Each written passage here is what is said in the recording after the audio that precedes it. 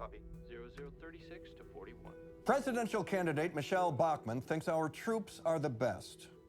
They are the best. This is the easiest thing to get behind. It doesn't get any better to help our troops when they are literally on the lines fighting for our freedom.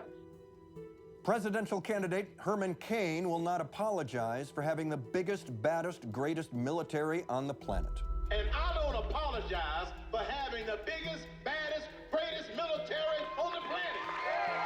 Presidential candidate Mitt Romney would like the rest of us to support the troops even more than we already do. I think it's time for American citizens and politicians to show a surge of support and for us to reach out to our neighbors who are serving in the military. And presidential candidate Rick Santorum marvels, as we all do, at the selfless act of volunteering to serve in a time of war. So we have a culture right now that doesn't say serve.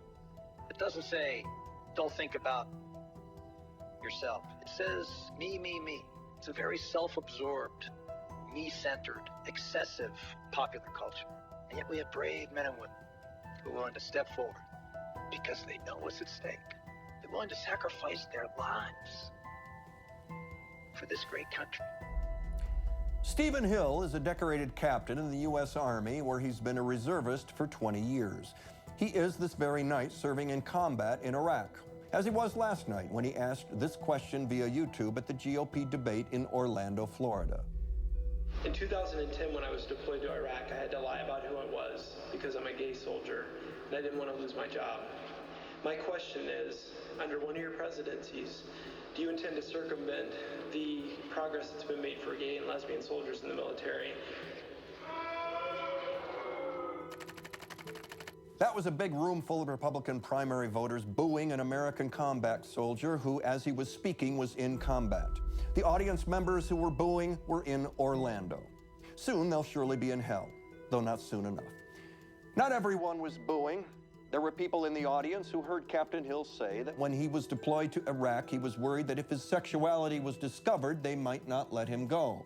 As opposed to most of us who, if told we were being deployed to Iraq, would go Corporal Klinger faster than you can pull on a yellow taffeta picnic dress. I'm sure there were even some people in the building who stood up for Captain Hill, people who had the simple strength of character to turn to the fraction of a human in the seat next to them and say, how many different kinds of disgusting do you have to be to boo a man who volunteered to fight and die for you? I'm sure those people were there. I'm sure there were many of them.